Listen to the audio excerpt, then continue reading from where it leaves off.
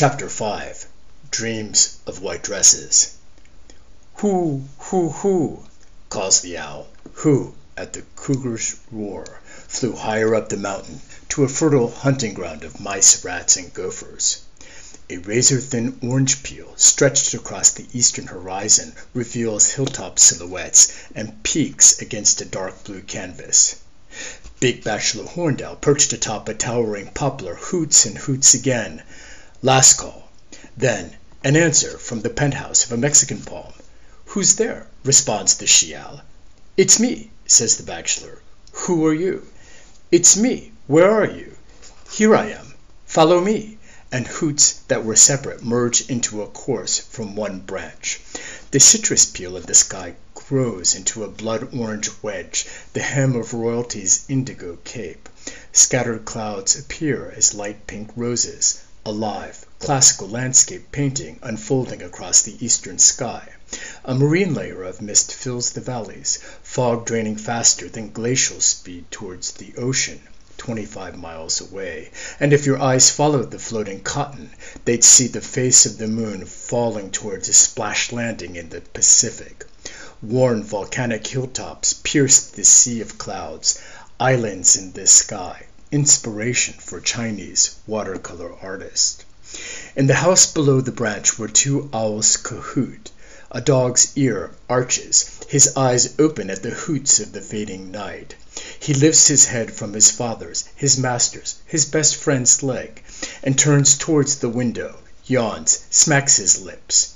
Too warm from the heat of his partner's body, he staggers to all fours like a newborn colt, stretches and walks to the sliding glass window, peers into the darkness towards the sound of courting owls, and sensing no cause for alarm, shuffles out the bedroom door, walks down the hallway, turns into a bedroom, stops, raises his nose, sniffs, and sensing all is in order, turns around letting her sleep.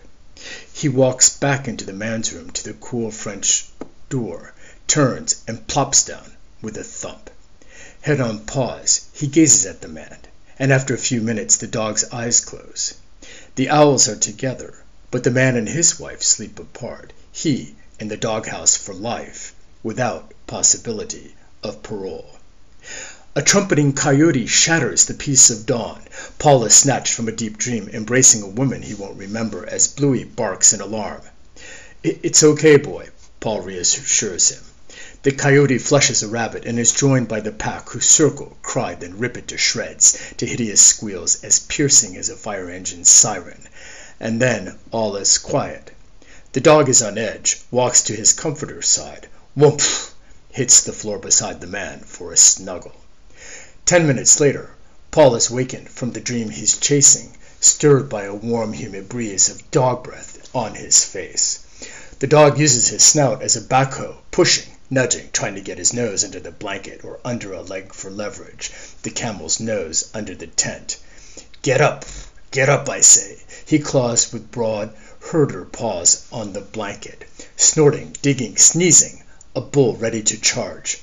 On his back, wiggling, wiping spine against the rug, onto the floorboards, more snorts. Tropical dog breath is back in the man's face. Face off, snout to nose, eyes to eyes, mano a doggo. Who will back down? A broad-toothy grin reveals a white fang. The man pretends to show no emotion, but he's thinking, "I love your Aussie smile." Dog licks man's face, and man gives up. "Good boy, you win." Paul pulls back the covers, pulls knees to chest to stretch his back, straightens legs, and presses the small of his back to the floor. He sits up, swings his right arm to his left side as far as he can reach. Crack! Self-chiropracting. He twists to the right. Crunch goes his spine. He looks out the window and sees the orange peel melting into the canvas of Carolina blue. Hail to the sun. I'll never get tired of seeing that. A Fragonard painting in the sky. He folds the futon, uncovering a scorpion where he and Bluey slept. Welcome to country living. He whacks it with a book. Paul ventures outside to check for a lingering coyote. All he finds are bits of rabbit fur and scat. With the coast clear, he lets Bluey out. Go pee-pee. And off he goes, jumping over a row of bushes into overgrown property. Sunrise to the east. North, a panoramic view of Palomar Mountain, still glowing orange as the sun has yet to summit the ridge.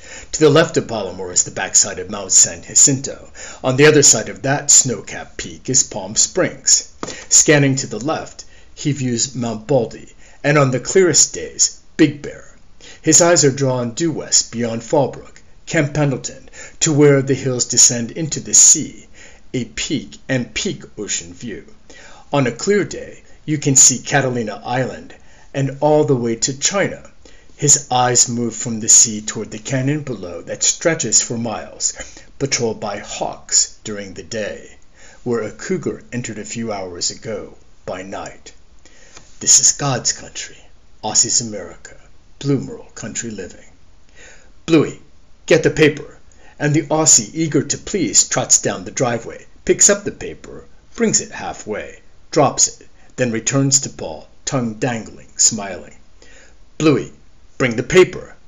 The dog barks back. Woof! Get it yourself. Paul understands Bluey is saying, I know how to do this. Don't you have something better for me to do? So the man picks up the paper. He subscribes to the San Diego Union Tribune for the plastic bag. Bluey begins a ritual dance, turning in circles, moves to another area, sniffs, and chooses a spot to hide his business. Finished, he shovels small amounts of dirt with paws, pumping like pedaling a bike, saying, Look what I did, making a token effort to cover his mess. Paul looks for the rising steam with the plastic bag. When you pick up your own dog's poop, it doesn't smell. Either that, or Bluey's food is exceptional. It certainly is the most expensive. Only the best for that dog. Bluey, go for check. The dog barks, runs to the rose bush where they set a trap, and returns empty-jawed. Nothing? Let's try again, said Paul, who doesn't know how to catch a gopher. Picks green weeds, laying them inside the trap, by the hole's entrance. Bluey, go home, commands Paul, and the dog barks and trots to the door, a miniature, majestic Morgan horse. Paul lets him in. The dog rushes to the kitchen to his food bowl and barks. Are you hungry? Bark. Yes. You want food? Bark. For the third time, yes. You want to eat? Bark, bark. How many times do I need to tell you? Let's get your food. The dog races, legs paddling on tiles, slipping as if on ice, to the kitchen door that exits to an ambitious garage that stores dog food.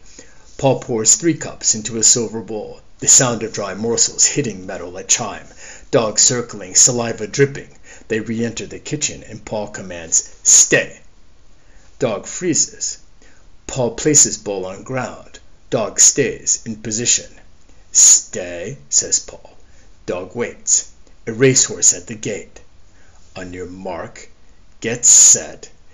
Get it! Bluey races to the bowl and eats like the dog he is to Paul's praises.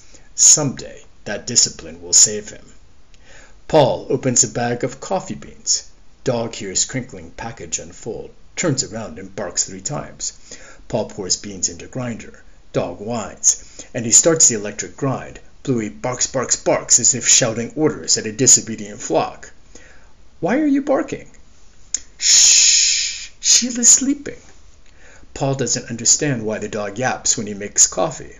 Does Bluey want to chew some beans? Is it the motor's high-pitch frequency? Paul lifts the kettle of boiling water and pours a splash on the range coated with olive oil, butter, and fat that leapt from a searing steak the night before, and another splash on the glowing red plate, throwing off steam. He rubs the surface with a white towel and repeats, echoing restaurant work he did 30 years earlier. The stovetop is clean. The towel is dirty. He pours 2 ounces of scalding water into a French press to warm it, and an ounce into 2 owl-patterned ceramic cups. He dumps water from the press and cups into the sink. During the drought, he'll save that water for thirsty vines. He scoops freshly ground coffee into the press, adds water to the mark, and lets it steep until deepest dark, while flavors, tannins, acids, and colors are absorbed by the water. He uses a clean towel to wipe the cups dry and folds the towel neatly. After petting, stroking, and hugging the dog, he fills the demitasse cups with viscous black liquid. Let's go to Mama. The dog races to Sheila's room, leaps into her bed, show horse clearing her hurdle, nudging her to get up. Coffee time, his daily peace offering. Thank you. Their relationship was as tense as the two Koreas, or Russia-United States diplomacy, not a shooting war, although each was capable of launching verbal missiles. She might blame him for failing to become a millionaire, while during a barrage of verbal insults, he might raise his voice and get the silent treatment for a week. Afterwards, they settled into their routines. They couldn't live with each other or without. A few years later, when they prepared for the harvest, she sang a song with familiar lyrics. "You should leave," demanding he get out of her house that climaxed with, "That's it, I'm leaving." He knew the melody and patiently waited for her to pack a bag and head for the door. She might forget her car keys or go to her bathroom a final time to empty her bladder. Before the point of no return, she turned back and finished preparations for the grapes. She wouldn't leave her dog or her vines, although the towel Paul just stained cleaning the stovetop might set her off. Several wedges could crack a marriage when hammered.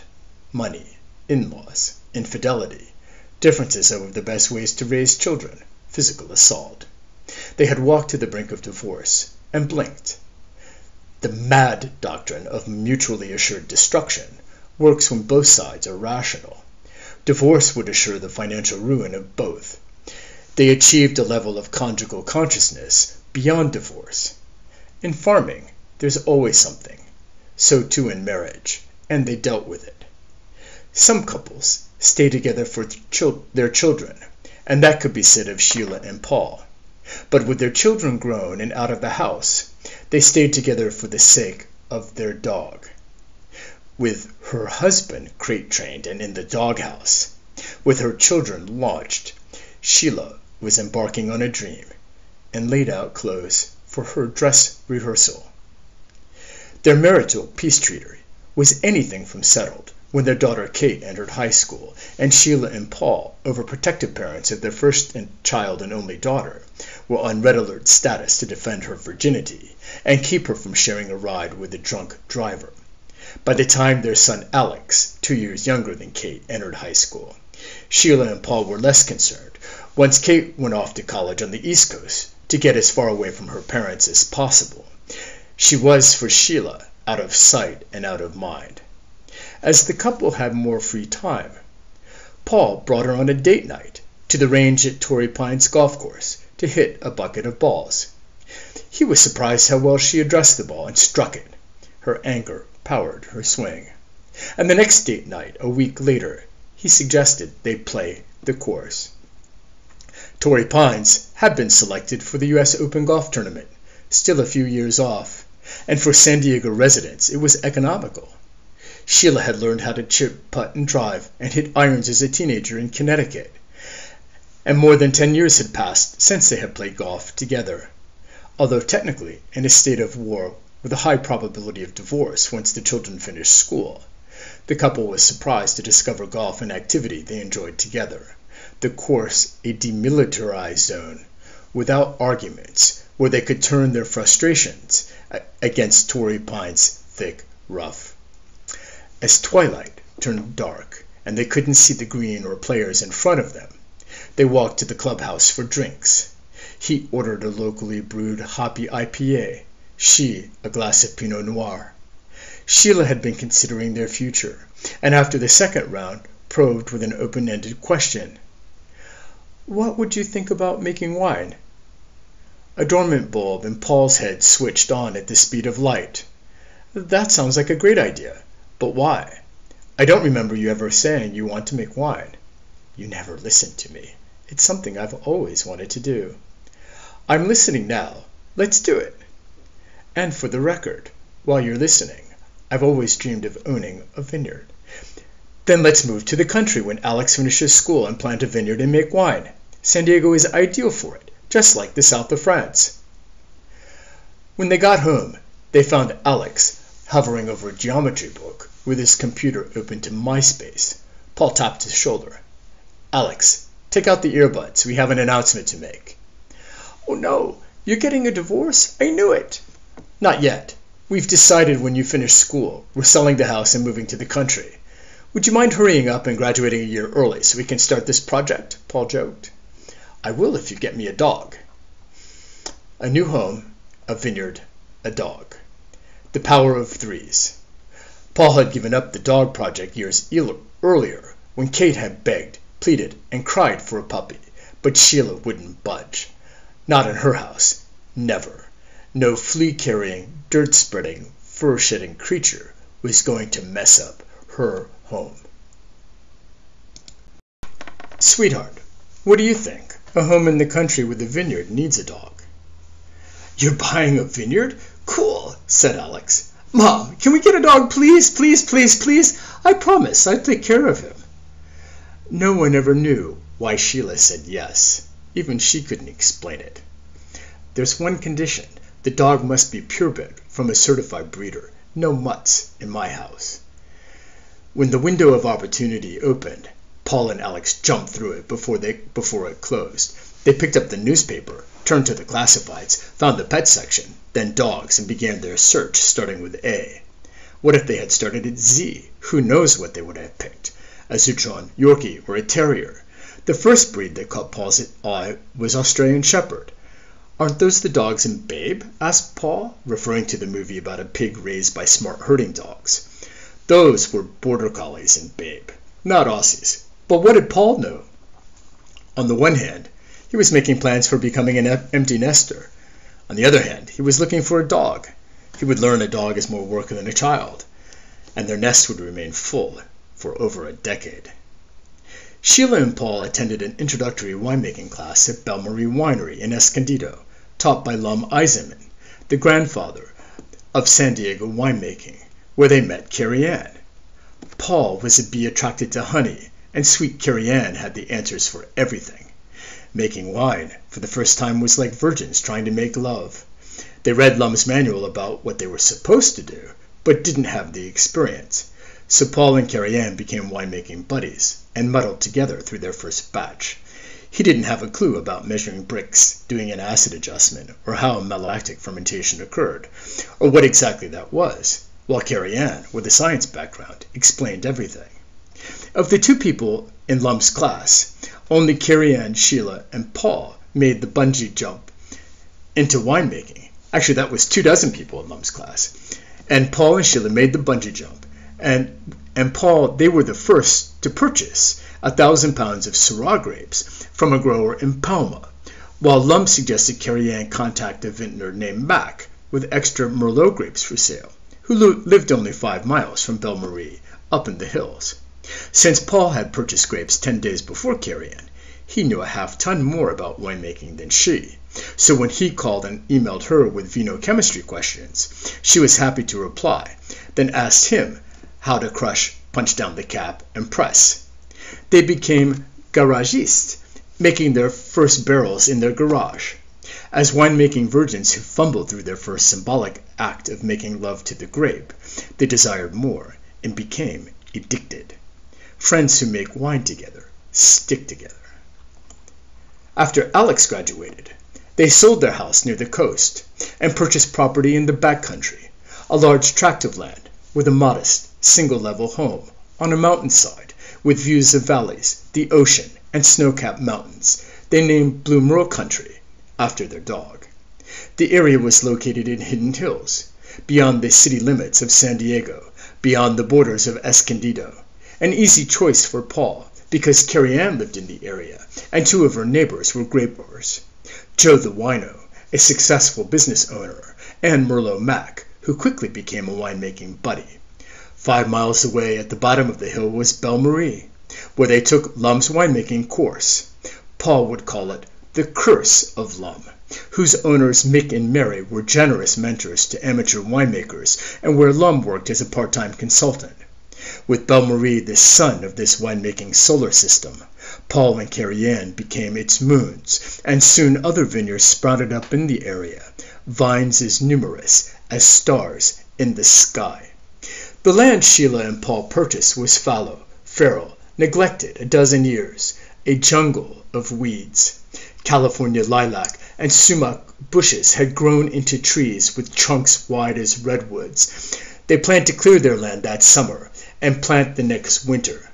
In addition to a shared love for their dog, they now had their love for the land, the family that makes wine together, sticks together. Carrie Ann invited Paul and Sheila to join the planting party, to meet the neighbors and Miguel to discuss their plans and challenges. For while Carrie Ann's land was flat, Paul lived up on a mountainside. He knew nothing about installing irrigation or a trellis and couldn't tie a slip knot. This was a chance for free, on-the-job training. At 6:45 a.m., Paul was eager to go. "I'm heading on over to Carrie Ann's. Would you like to go with me?" "Go ahead. I don't want you to be late. I'll go after vacuuming." "Come, Bluey, let's go," called Paul, and picked up a shovel, and they walked through the overgrown property down the hill and over to Carrie Ann's, who, with Steph and Jenny Lee, were preparing the breakfast spread and putting champagne on ice. By 7 a.m., neighbors had arrived with shovels, trowels, and gloves and got to work.